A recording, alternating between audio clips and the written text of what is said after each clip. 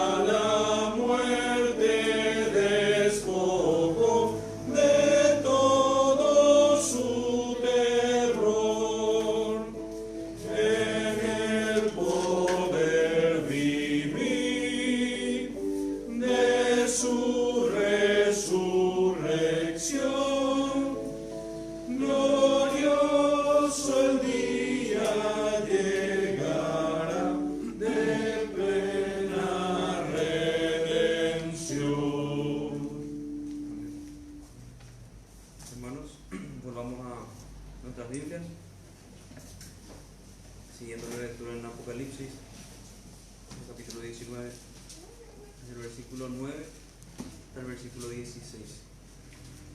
Apocalipsis 19, versículo 9 al 16. Y el ángel me dijo: escribe, bienaventurados los que son llamados a la cena de las bodas del Cordero. Y me dijo: estas son palabras verdaderas de Dios. Yo me postré a sus pies para adorarle. Y él me dijo: mira, no lo hagas, yo soy consiervo tuyo y de tus hermanos que retienen el testimonio de Jesús. Adora a Dios, porque el testimonio de Jesús es el espíritu de la profecía. Entonces vi el cielo abierto, y he aquí un caballo blanco, y el que lo montaba se llamaba Fiel y Verdadero, y con justicia juzga y pelea. Sus ojos eran como llama de fuego, y había en su cabeza muchas diademas, y tenía un nombre escrito que ninguno conocía sino él mismo. Estaba vestido de una ropa teñida en sangre, y su nombre es el Verbo de Dios. Y los ejércitos celestiales, vestidos de lino finísimo, blanco y limpio, le seguían en caballos blancos. De su boca sale una espada aguda para herir con ella a las naciones, y él las regirá con vara de hierro, y él pisa el lagar del vino del furor y de la ira del Dios Todopoderoso. Y en su vestidura y en su muslo tiene escrito este nombre: Rey de Reyes y Señor de Señores. Amén. Cantemos, hermanos, el himno número 125. Himno número 125.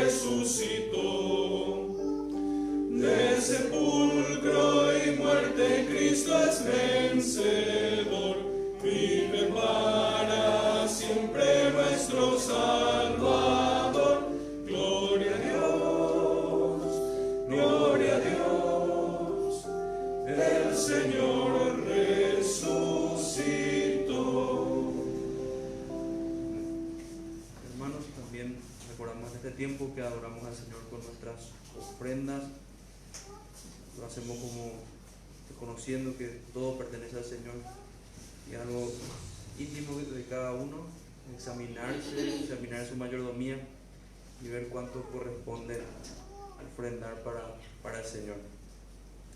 Hermanos, antes de escuchar el sermón, vamos a cantar el himno número 196. Himno número 196, a Jesucristo, ven sin tardar.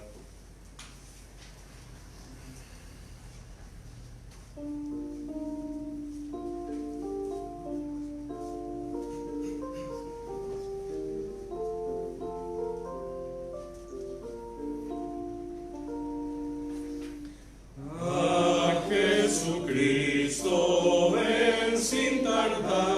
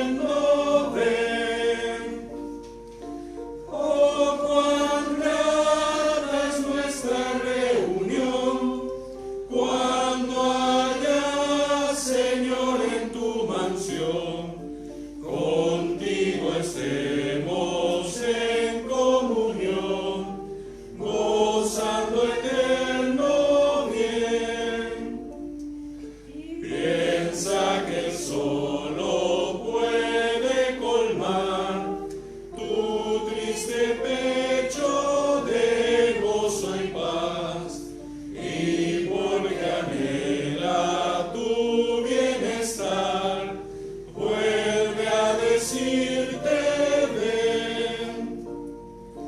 Oh, cuán grata es nuestra reunión cuando haya, Señor, en tu mansión, contigo estemos en comunión, gozando eterno bien.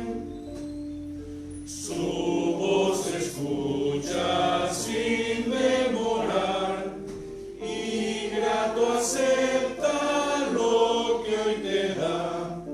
Tal vez mañana no habrá lugar, no te detengas, ven. Oh, cuán grata es nuestra reunión cuando haya, Señor, en tu mansión, contigo estemos en comunión, gozando eterno bien. Adelante, por favor.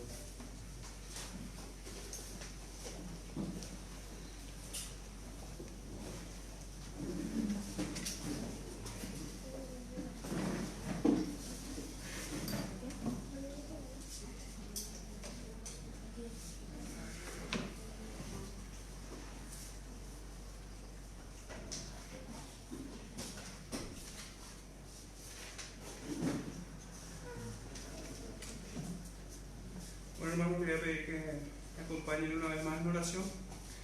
Padre Santo, en esta mañana venimos delante tuyo, Señor, buscando adorarte en principio, Señor, pero también conocerte más a través de tu palabra.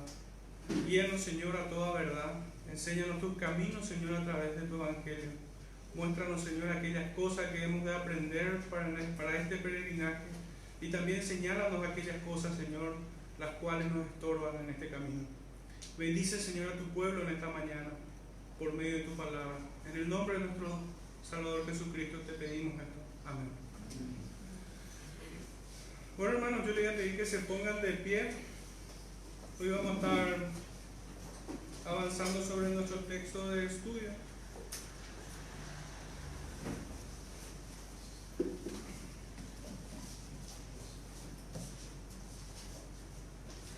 En el libro del profeta Abdías, como habíamos iniciado el domingo pasado,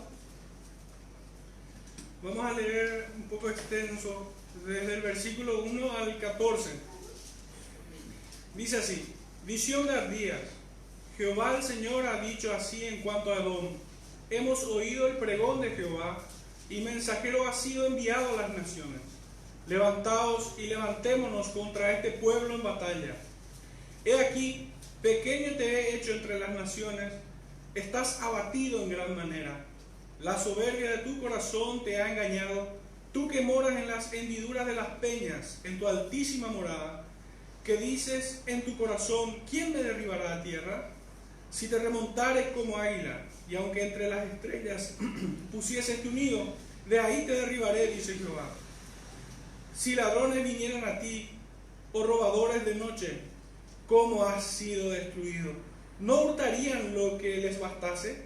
Si entraran a ti vendimiadores, ¿no dejarían algún rebusco? Como fueron escudriñadas las cosas de Esaú, sus tesoros escondidos fueron buscados. Todos tus aliados te han engañado, hasta los confines te hicieron llegar. Los que estaban en paz contigo prevalecieron contra ti, los que comían tu pan pusieron lazo debajo de ti. No hay en ello entendimiento. No haré que perezcan en aquel día, dice Jehová, los sabios de Edom y la prudencia del monte de Saúl. Tus valientes, oh Temán, serán amedrentados, porque todo hombre será cortado del monte de Saúl por el estrago. Por la injuria a tu hermano Jacob te cubrirá vergüenza, y serás cortado para siempre. El día que estando tú delante, llevando extraños cautivos su ejército, y extraños entraban por sus puertas, y echan suerte sobre Jerusalén, tú también eras como uno de ellos. Pues no debiste tú haber estado mirando en el día de tu hermano, en el día de su infortunio. No debiste haberte alegrado de los hijos de Judá en el día en que se perdieron. ni debiste haberte captado en el día de la angustia. No debiste haber entrado por la puerta de mi pueblo en el día de su quebrantamiento. No debiste haber mirado su mal en el día de su quebranto, ni haber echado mano a sus bienes en el día de su calamidad. Tampoco debiste haberte parado en las encrucijadas para matar a los que de ellos escapasen, ni debiste haber entregado a los que quemaban en el día de la angustia, quedaban en el día de la angustia. Pueden sentarse, hermano, el Señor bendiga su palabra.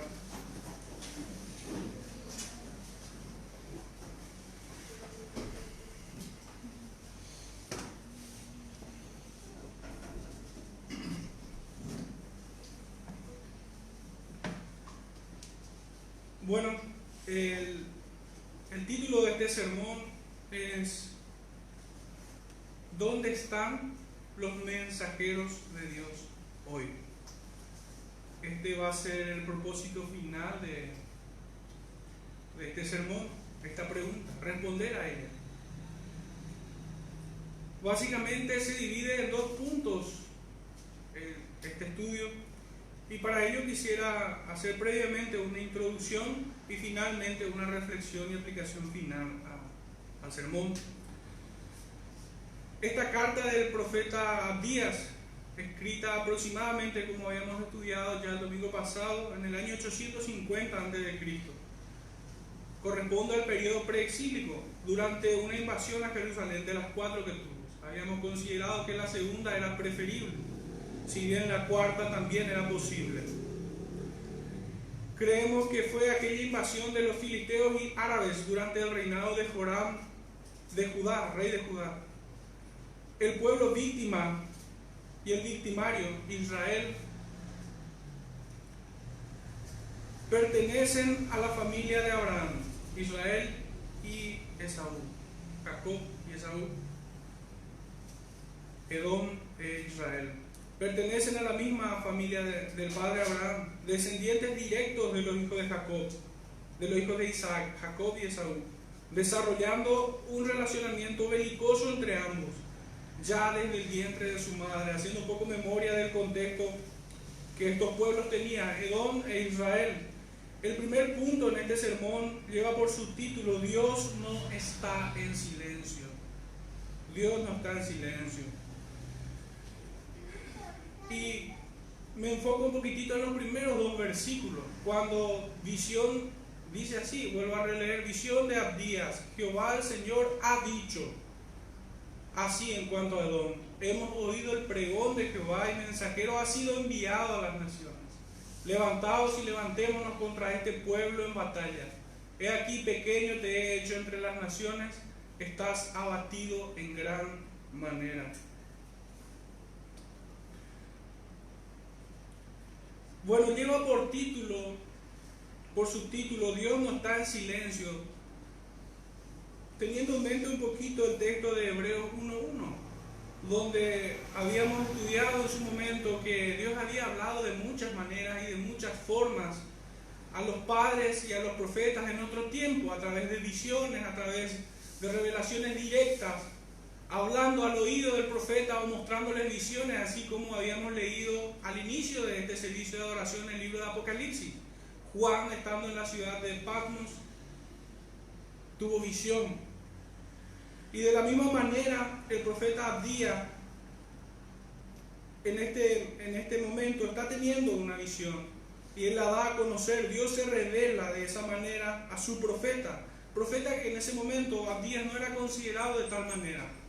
Si bien su nombre nosotros sabemos que significa adorador, servidor, trabajador, alguien que trabaja y sirve en adoración al Señor, su Dios y nuestro también.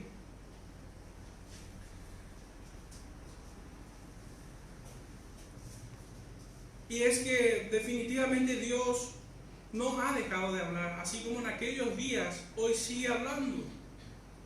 La escritura, el texto de Hebreos nos dice de que nos habla a través de Jesucristo. Toda la revelación fue dada a Él. Ese es el texto que nosotros encontramos en Hebreos 1 y 2. Pero ¿qué es lo que dice esta carta? ¿Qué es lo que podemos entender? ¿Hasta dónde nos permite el Señor entender sus pensamientos, su mente, que revela a través de estas profecías. Y es que viendo la maldad de Edom, Dios no permaneció distante ni en silencio, sino que entregó palabra a su profeta para que hablase a los hombres. En aquellos días el profeta recibió el mensaje por visión. Hoy por hoy los hombres pudieran pensar que Dios solo habló en aquellos días, que ya no habla hoy. Muchos afuera, en todo el mundo, o si queremos delimitar un poco nuestro espacio, a nuestro barrio simplemente o a nuestra ciudad, muchos en esta ciudad creerán que Dios ha dejado de hablar, que Dios ha dejado de comunicar su mensaje, que Él está distante a la creación. El problema no es que Dios está distante o que ya no habla. Son sus profetas quienes han callado, que recibiendo sus palabras por escrito, hoy callan y se mantienen en silencio. El versículo 1, allí encontramos que el profeta dice: hemos oído el pregón y mensajero ha sido enviado. Aún hoy Dios sigue enviando, sigue dando su palabra a sus profetas. Muchos de ellos callan cobardemente, o muchos de ellos son impostores, no siendo verdaderos profetas, hablando mentira de parte de Dios. En cierta medida la iglesia de nuestros días se comporta como Edom, indiferente al terrible mal que les sobrevendrá. Quisiera que me acompañen un poco al texto de Romanos 10.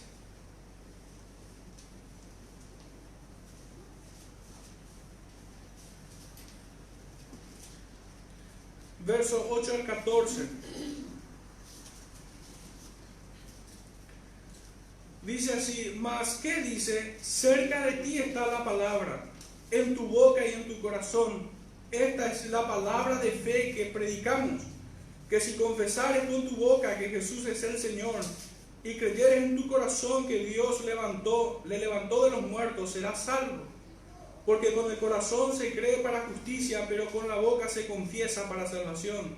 Pues la Escritura dice: todo aquel que en él creyere no será avergonzado. Porque no hay diferencia entre judío y griego, pues el mismo que es Señor de todos es rico para con todos los que le invocan. Porque todo aquel que invocar el nombre del Señor será salvo. Y aquí el punto, hermanos.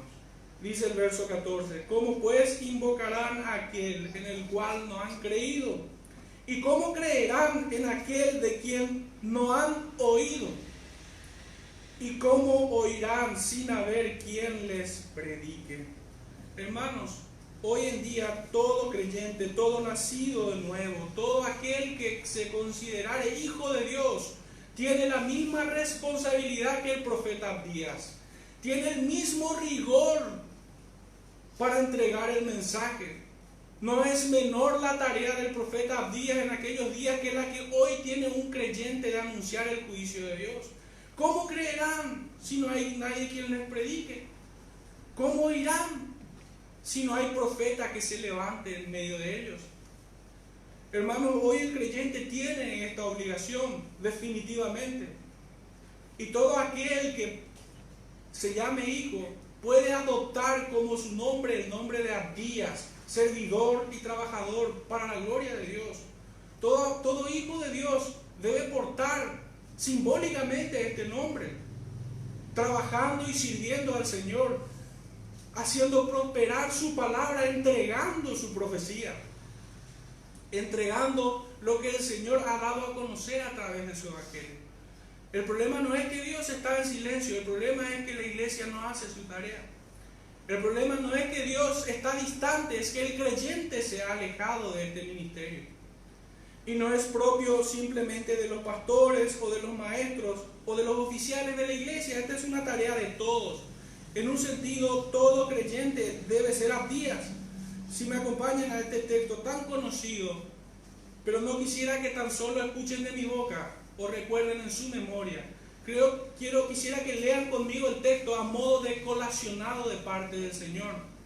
Es su palabra, es su mensaje para cada uno de nosotros y quienes pudieran estar escuchando. Es el texto en Mateo 28. Les espero, hermanos, para leer juntos. Mateo 28, versículo 19.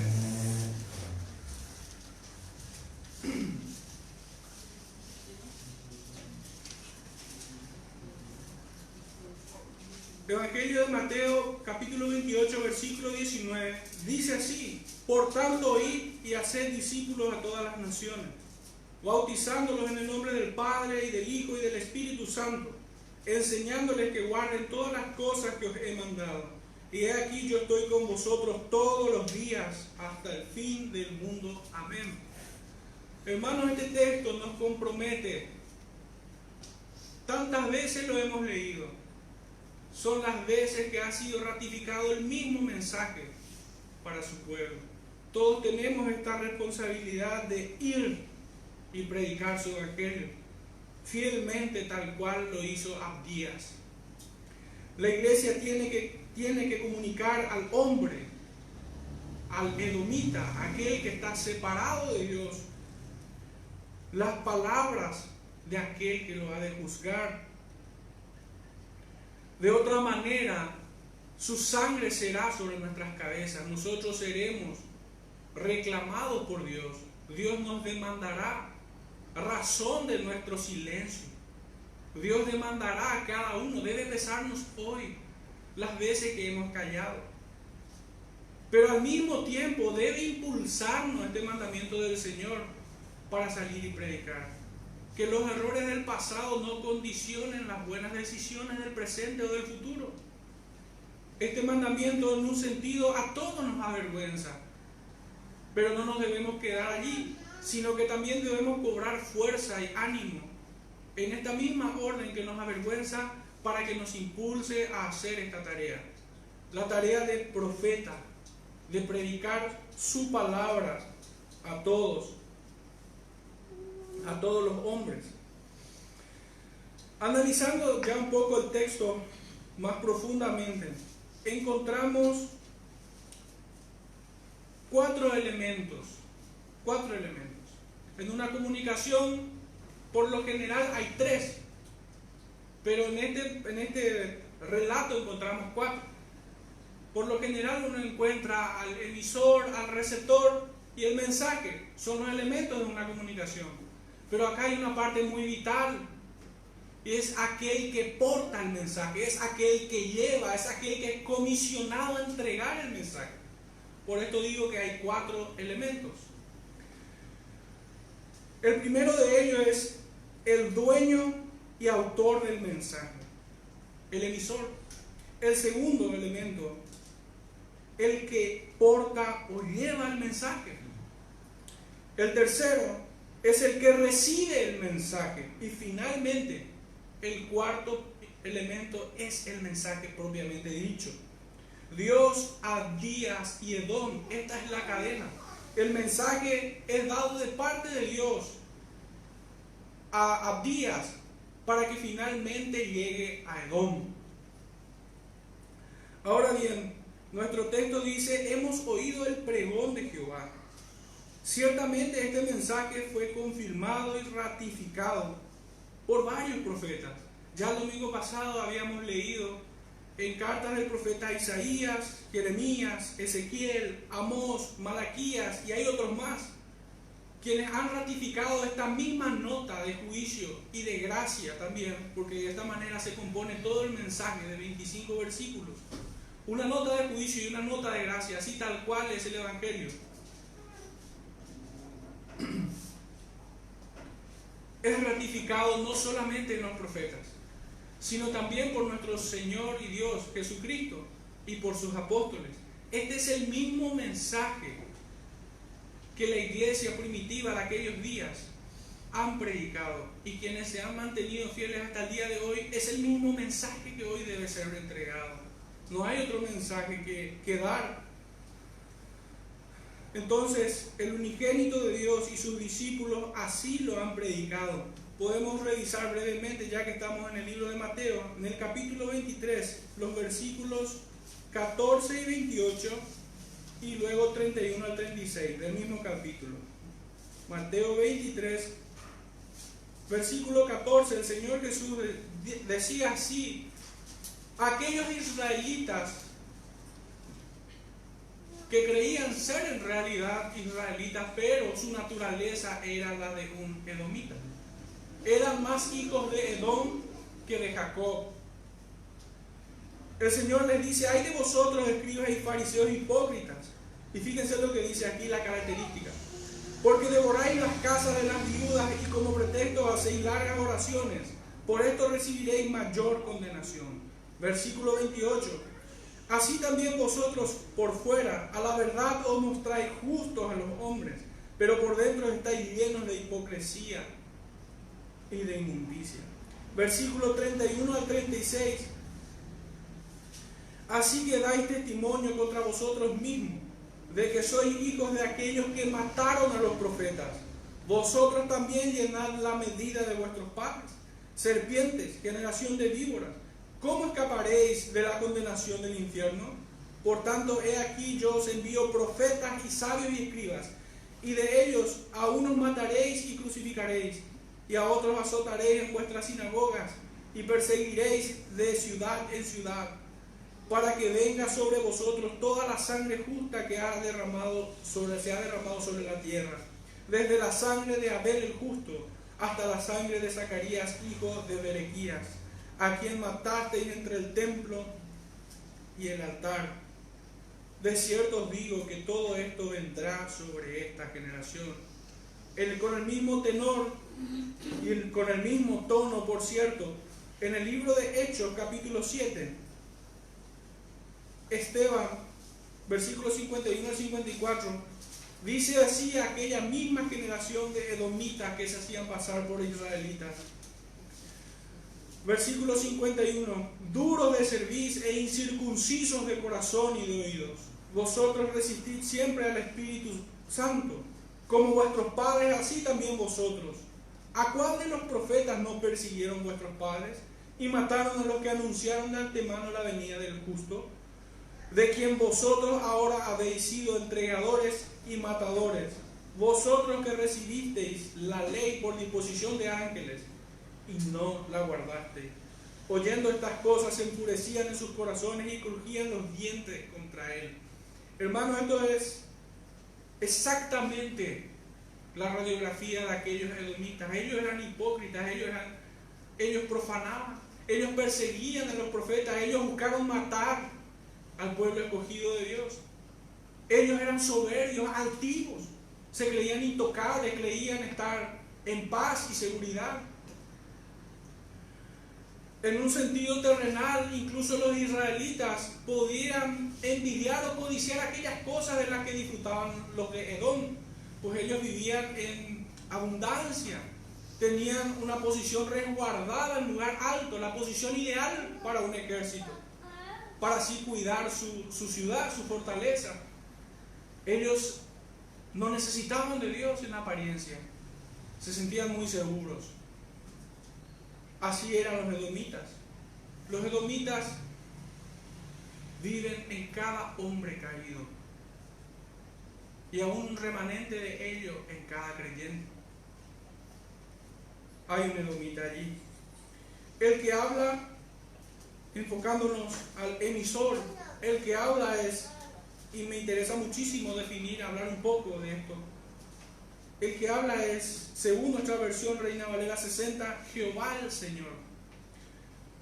Pero la traducción viviente dice el Señor soberano.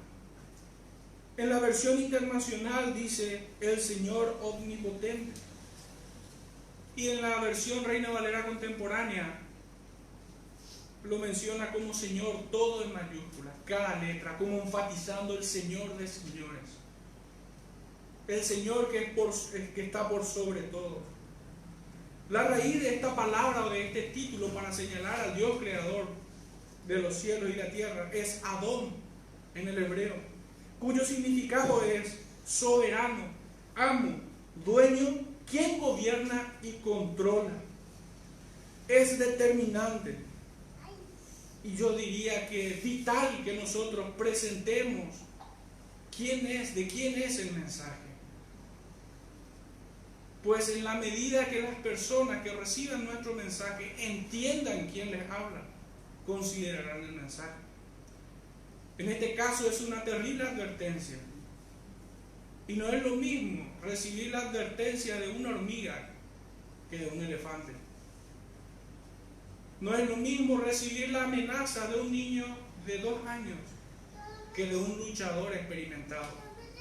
No es lo mismo recibir el mensaje de un hombre. De hecho, Abdías no está hablando a título personal, está hablando de parte del Señor de señores, del Rey de reyes, de Jehová de los ejércitos, de aquel que puede matar y dar la vida, que aquel que nos mira como si nosotros fuésemos polvo, nada delante de él.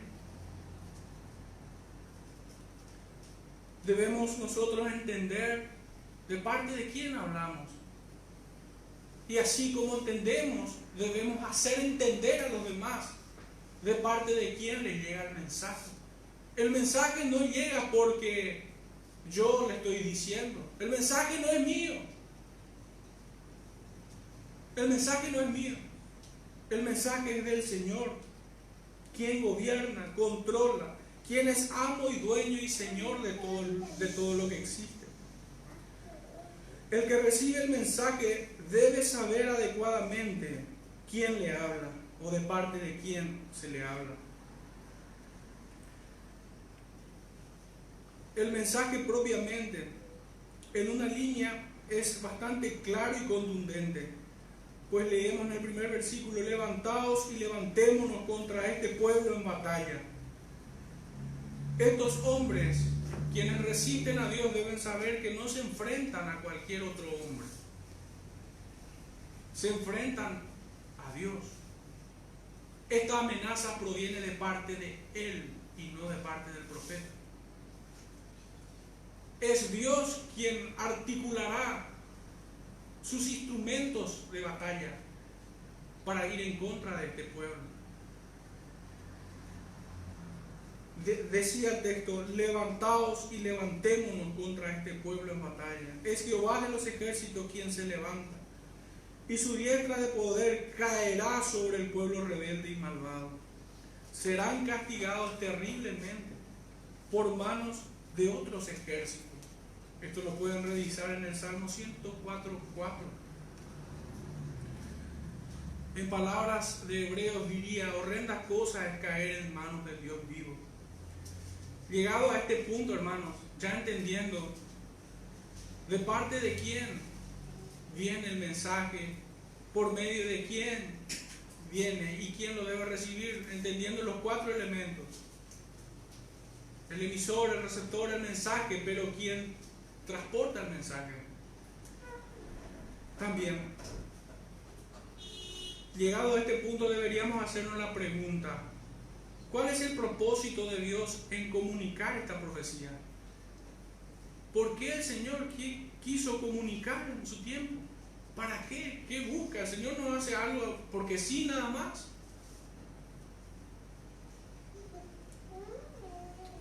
Yo encuentro un motivo dual en esto, para dar respuesta a esta pregunta. Yo encuentro un motivo de 2 partes, que consta de 2 partes. Y es lo mismo que nosotros podemos leer en el Nuevo Testamento. Y es dar a conocer a todo hombre su justicia y su misericordia. Son atributos de su propio ser.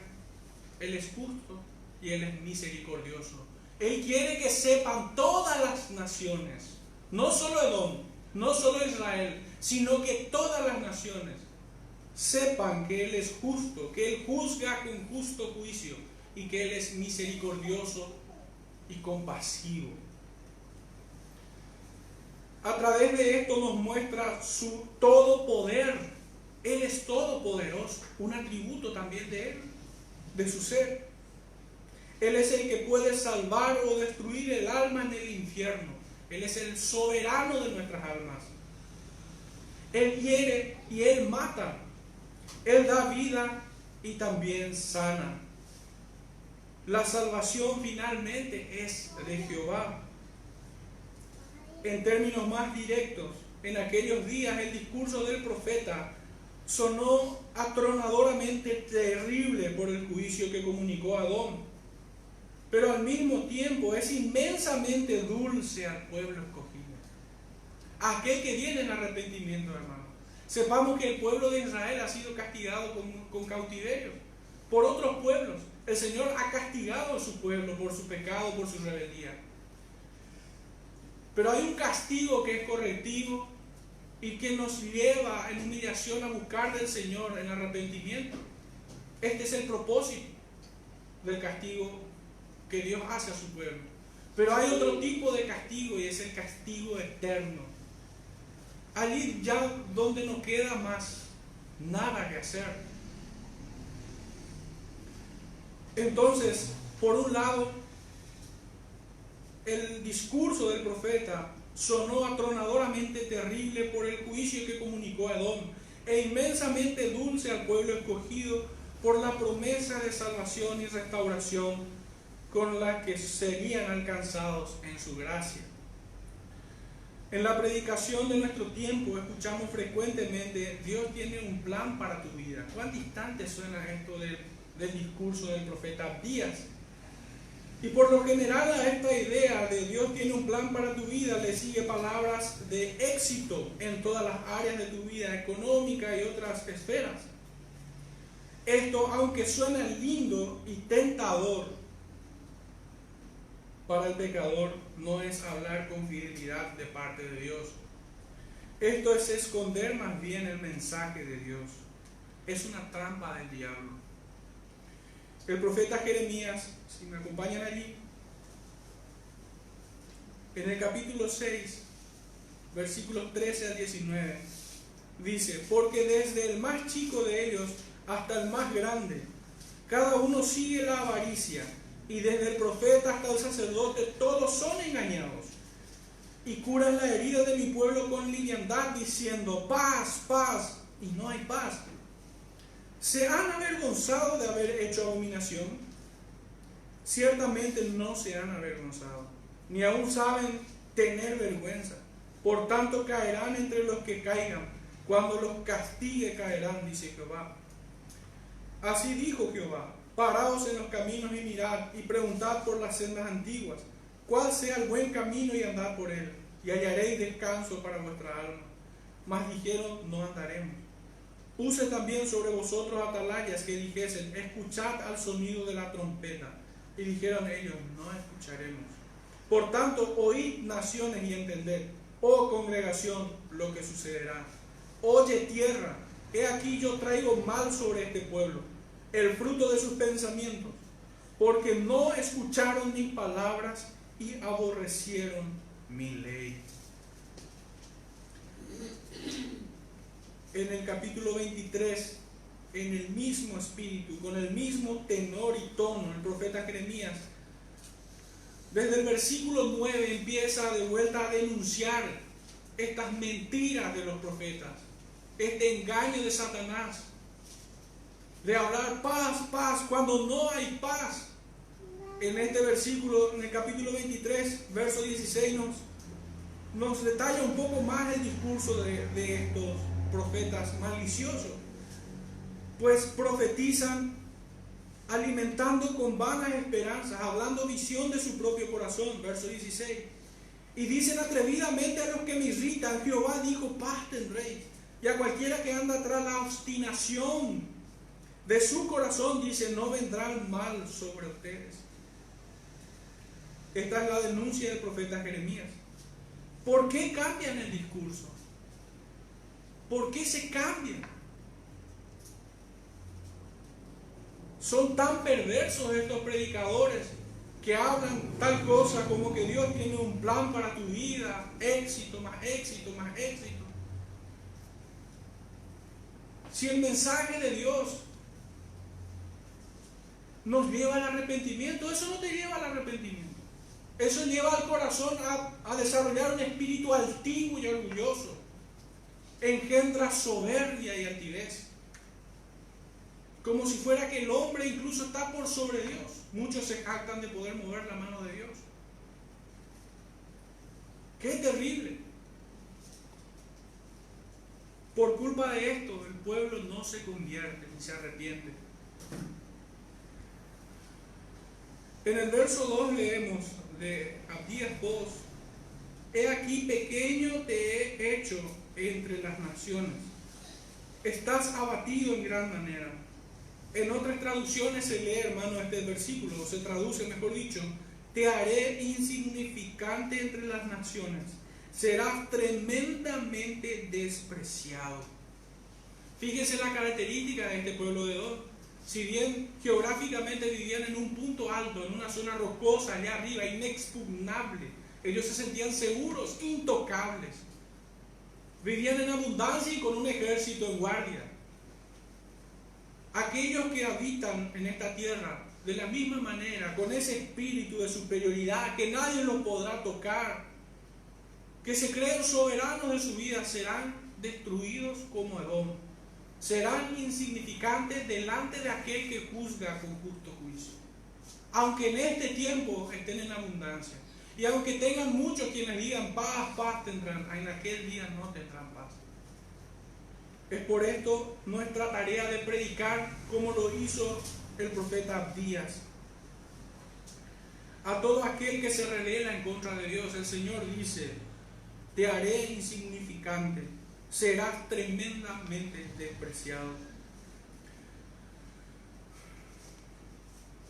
En nuestra traducción Reina Valera lo da por hecho esta profecía del Señor. He aquí pequeño te he hecho. Pero en el discurso debe ser leído: te haré insignificante o te haré pequeño, como algo que va a ocurrir, pero nuestra traducción lo asume como un hecho consumado en la Reina Valera 60, para armonizar un poco las traducciones. Uno corresponde a una traducción más formal y el otro a una traducción más dinámica. La segunda parte de este sermón tiene por subtítulo: ningún pecado le es oculto. Ningún pecado le es oculto. Y se extiende desde el versículo 3 al 14, que ya lo hemos leído. Esta sección es bastante extensa. En ella encontramos detallados los pecados y la retribución que viene tras ellos. Pudiéramos decir que en estos versículos se puede ver causa y efecto, acción y reacción. El hombre peca y Dios castiga. Esta es la enseñanza que también vimos, por cierto, en Hebreos. En Hebreos 2, donde dice que todo pecado tiene su justa retribución. Pongamos atención en los pecados señalados en esta sección, pues ellos no tenían la exclusividad de estos. El pueblo de Edom no eran los únicos en donde podemos encontrar estos pecados, sino que naturalmente se encuentra en toda la raza humana, en mayor o menor medida. Todos somos de alguna manera soberbios y altivos. Este es el pecado señalado en los versículos 3 y 4. Hay muchos que de manera exacerbada son soberbios y altivos, no solo para con los hombres, sino también para con Dios. Y principalmente esta clase de pecado tan aborrecible, la soberbia y la altivez, se ve frecuentemente en la iglesia. Estoy hablando generalmente, no estoy apuntando a nadie. En todo mi peregrinaje en la fe he pasado por muchas iglesias y este pecado se hace patente. Pudiera decirlo metafóricamente que forma parte de la membresía de la iglesia, de muchas iglesias. La soberbia y la altivez.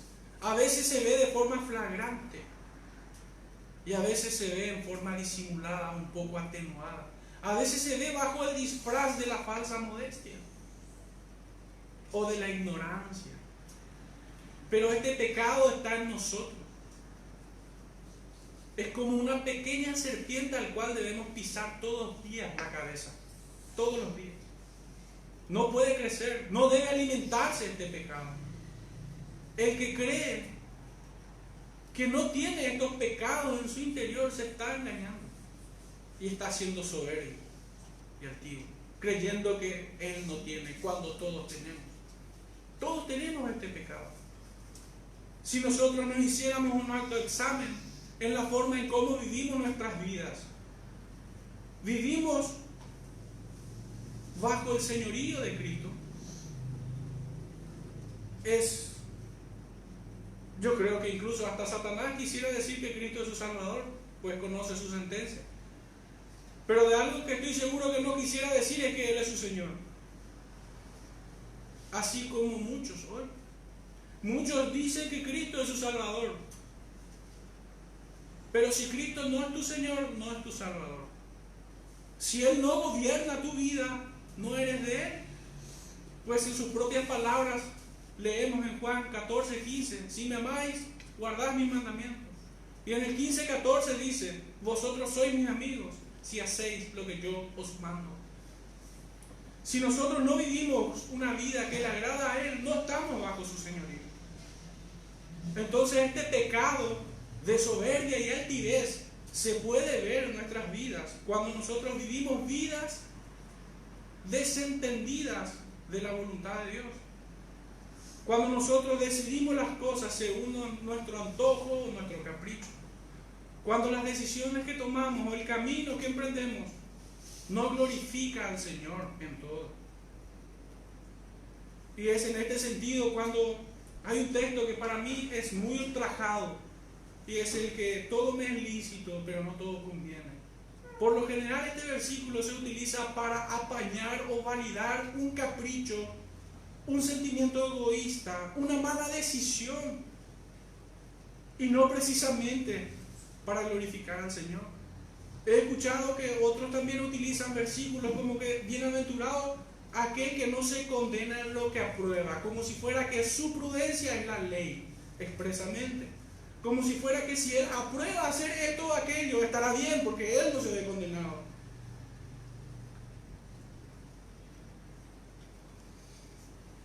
Cuando uno se deja llevar en su propia prudencia y no por la palabra de Dios, uno está siendo soberbio y altivo, y esto es de lo más aborrecible.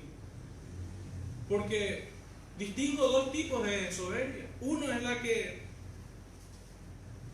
es utilizada como un arma entre mortales, entre hombres, uno que desprecia al otro.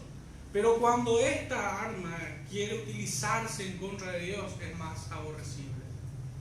Es como si escaláramos aquella torre de Babel y con un arco disparamos al cielo para ver si le acertamos a nuestro Dios.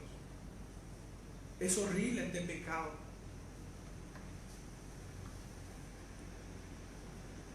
En el versículo 10 nosotros podemos encontrar otros tipos de pecado que van aparejados, son como una familia todo. Y señala el profeta injuria y violencia. La injuria es cuando mentimos en contra de otros. Incluso el predicador injuria a Dios cuando miente hablando mentiras. Y también es violento. También es violento porque les roba la oportunidad de escuchar el Evangelio. Es de los más violentos. Son de aquellos que no entran ni dejan entrar a la salvación. Decía un escritor del siglo XIX, esto es el pecado de pecados. Pero hermanos, no solo mentir califica en este tipo de pecado, en esta categoría de pecados. También el que calla. También el que calla y no dice, y no predica, y no confronta el error. Callar es aprobar.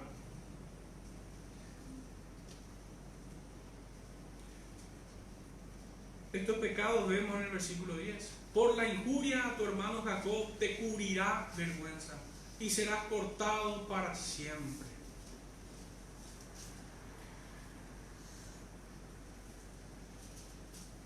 El siguiente pecado señalado es en el verso 11. Y en un sentido podemos tipificarlo bajo el título de fortalecer a los malos. Y aquí pudiera entrar fácilmente la indiferencia, el silencio cómplice, de callar ante el error, ante la maldad.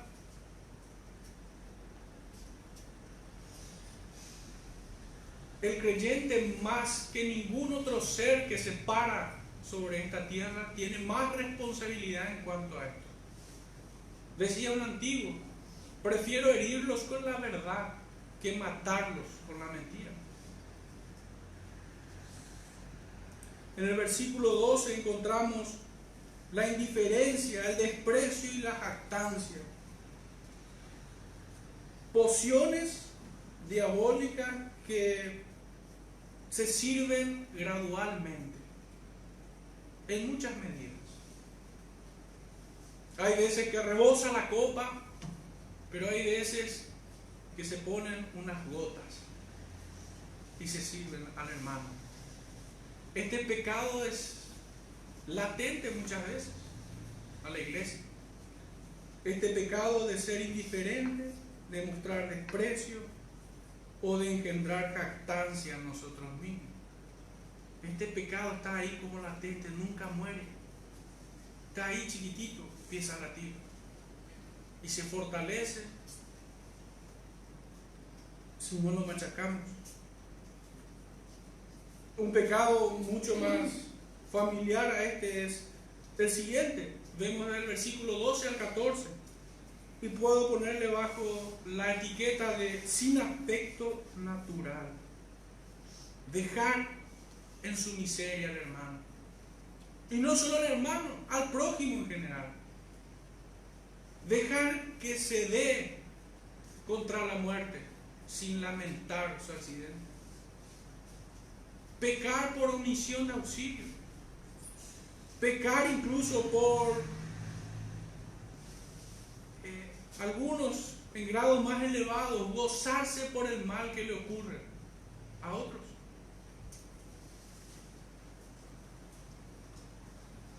Es como aquel consejo que se da envenenadamente. Uno le dice a uno, no hagas esto, y porque no hizo, cuando le ocurre el mal que le quiso anticipar, le dije lo que le iba a pasar. Qué bien que le pasó. Es un consejo envenenado. Porque si fuera un consejo saludable, no te hubieras gozado en que le ocurra aquel mal que le has advertido. Hermano, nada de estos versículos o estos pecados se ven más claramente que en la versión internacional, la nueva versión internacional. Quisiera que me acompañen, por favor. Nueva versión internacional. Voy a leer desde el versículo 3. Si no tienen la versión, no se preocupen, no tengo aquí. Si tienen la aplicación en sus celulares, también está ahí.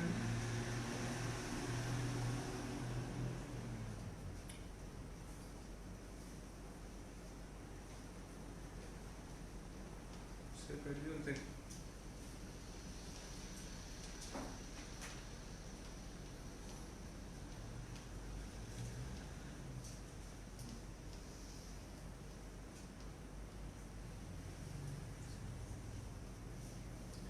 Bueno, no estoy pudiendo entrar en la aplicación, pero allí se ve mucho más palpable todos estos pecados, mucho más claros, por el lenguaje que utilizan.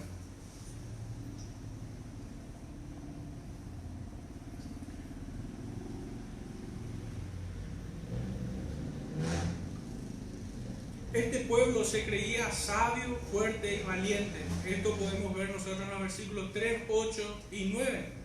Creían estar seguros y en paz, disfrutando del bien de los amigos del mundo. Y es notable que ellos hayan sido castigados con aquellos quienes compartían su pan y su mesa. Dios levantó contra ellos a sus propios aliados. Fueron ellos el instrumento de justicia para castigar a este pueblo. Pero debemos poner énfasis en algunas negaciones que encontramos en estos textos, desde el versículo 12 en adelante. Existen 8. Fíjense, en el verso 12 dice, pues no debiste, este es el primero, pues no debiste tú haber estado mirando en el día de tu hermano, en el día de su infortunio. Lo siguiente, no debiste, en el mismo versículo, haberte alegrado de los hijos de Judá en el día en que perdieron, ni debiste haberte jactado en el día de la angustia. Verso 13, no debiste haber entrado por la puerta de mi pueblo en el día de su quebrantamiento. No debiste haber mirado su mal en el día de su quebranto, ni haber echado mano a sus bienes en el día de su calamidad. Tampoco debiste haberte parado en las encrucijadas para matar a los que de ellos escapasen, ni debiste haber entregado a los que quedaban en el día de angustia. No debiste. Realmente es una maldad que no podemos nosotros dimensionar. Cuando alguien se goza y se alegra en la desgracia ajena, esto es de Satanás. Esto es del diablo. El corazón de dichas personas es su trono. ¿Cómo alegrarse por la desgracia ajena? Y no solamente estoy hablando de los hermanos. Definitivamente no podemos alegrarnos con la desgracia de un hermano. Pero también con aquellos quienes nos hacen mal o quienes son indiferentes a nuestra situación. Hemos visto el domingo pasado que el Señor había mandado al pueblo de Israel amar a su hermano, a este Edom, a este pueblo. Dios le mandó amar a ellos. Pero sin embargo, este pueblo de Edom, distante al consejo de Dios, no solamente era indiferente al mal que le era ocasionado, sino que también participó en desgraciar a su hermano. Pues robó y mató incluso a aquellos que se pudieran escapar de esta calamidad que les caía encima. Se gozaban en todo lo mal que le había pasado. Ellos no debían reírse. Esta es la forma en que dice en la Nueva Versión Internacional: no debiste reírte de tu hermano en su mal día. No debiste alegrarte a costa de tu hermano en su ruina. No debiste proferir arrogancia en su angustia. No debiste entrar por la puerta en su calamidad. No debiste recrear la vista, divertirte. No debiste recrear la vista con su desgracia. No debiste echar mano a sus bienes. No debiste matarlos acechándolos. Y no debiste traicionarlos entregando sus sobrevivientes al enemigo. Hermanos, nosotros, trayendo un poquitito como una aplicación esta última sección a modo de anticipo, nosotros no podemos gozarnos por aquellas iglesias que están en desgracia. Nosotros no debemos gozarnos por aquellos hermanos que se han apartado.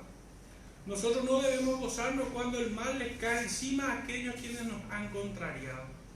Nosotros debemos estar tristes y mostrarles amor cristiano. Eso no quiere decir nunca atenuar el mensaje. Eso no quiere decir jamás cambiar el discurso. De hecho, que la exhortación y el castigo muchas veces son el último recurso para el pecador. Es la última oportunidad que tiene el hombre de apartarse de su mal camino y venir a las sendas antiguas. Si nosotros le negamos eso, somos perversos. Dice la Escritura que Dios castiga al que ama y azota al que tiene por hijo. Si nosotros callamos, somos malos. Si nosotros atenuamos el discurso, somos igual de perversos. Pero no debemos alegrarnos con las desgracias ajenas. de ninguna forma posible. Esto sería un mal síntoma. Ya entrando, hermanos, recordando ambas secciones, la primera parte tenía que ver con el mensaje, el emisor, el receptor y el mensaje. Y esta segunda parte tenía que ver con ningún pecado le es oculto. Dios no está en silencio y ningún pecado le es oculto.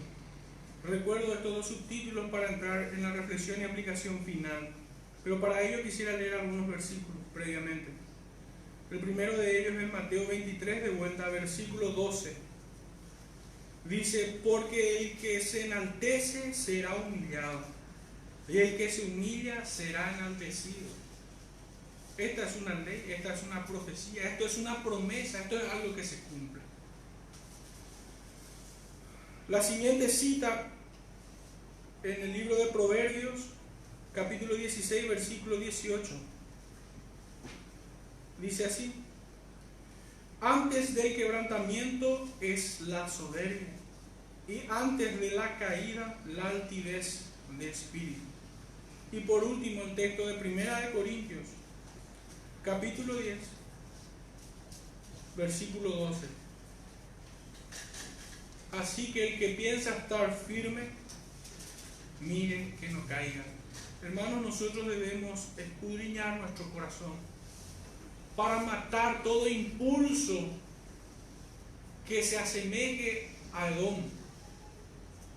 Nosotros debemos sofocar a ese edomita que tenemos dentro, ese remanente de pecado que, en palabras mucho más poéticas, el apóstol Pablo dice: ¿quién me librará de este cuerpo de muerte? Veo tal ley en mis miembros que soy vendido al pecado.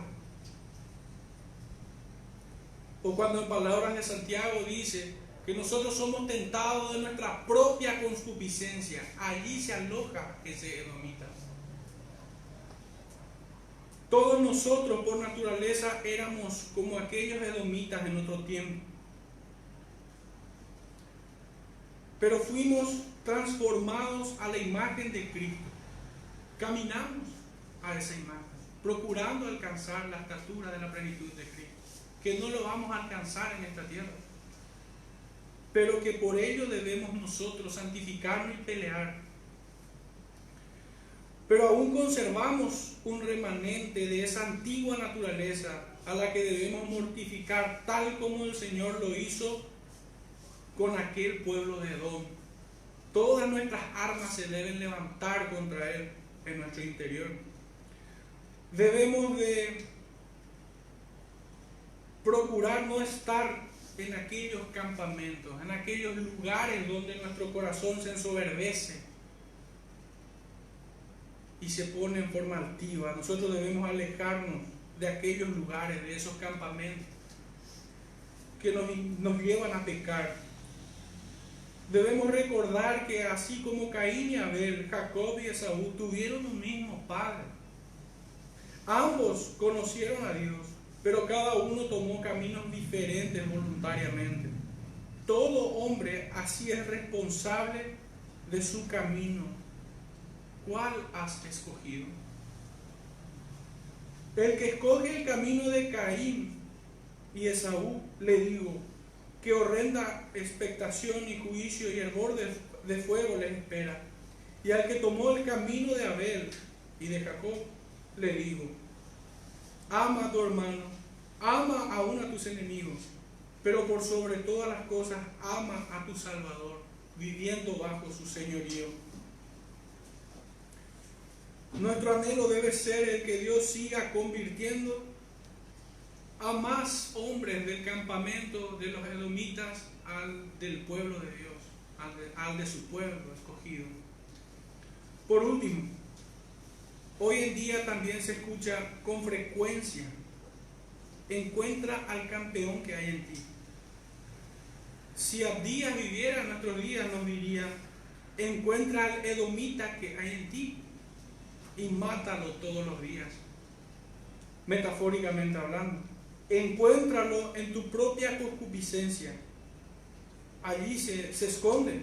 Pídele a Dios ser vencido todos los días por el Espíritu de Cristo. Por último, hermanos, dice el profeta Isaías: y oí la voz del Señor que decía, ¿a quién enviaré? ¿Y quién irá por nosotros? Entonces les respondí, heme aquí, envíame a mí. ¿Qué le responderás tú? ¿Irás? El título de nuestro sermón es ¿dónde están los mensajeros de Dios hoy? El Señor nos ayude en esta tarea de profetizar su palabra, de hablar con coraje y verdad, con amor y misericordia, el Evangelio de Dios a aquellos que aún no han venido al camino de salvación. Oremos, hermanos, en este tiempo. Padre Santo, te damos gracias por tu bendita palabra. Gracias, Señor, porque te ha placido un día salvarnos de nuestra condenación. Gracias, Padre, porque aún hoy nos sigues corrigiendo y guiando, Señor, por la senda de justicia. Señor, te rogamos que nos ayudes en nuestra incredulidad y que sometas, Señor, cada impulso insano que provenga del corazón. Ayúdanos, Padre, a decidir de la manera más correcta aquellas decisiones que te glorifican a ti, Padre. Te rogamos, Señor, que sometas toda nuestra vida conforme a tu palabra. Te rogamos, Señor, que una vez más bendiga a tu pueblo en este día. En el nombre de nuestro Salvador Jesucristo te pedimos esto y te damos gracias. Amén.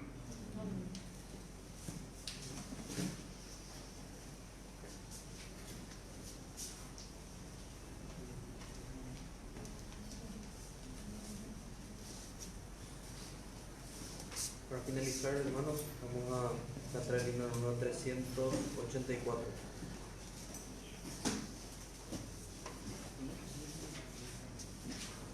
Himno 384, cual pendón hermoso.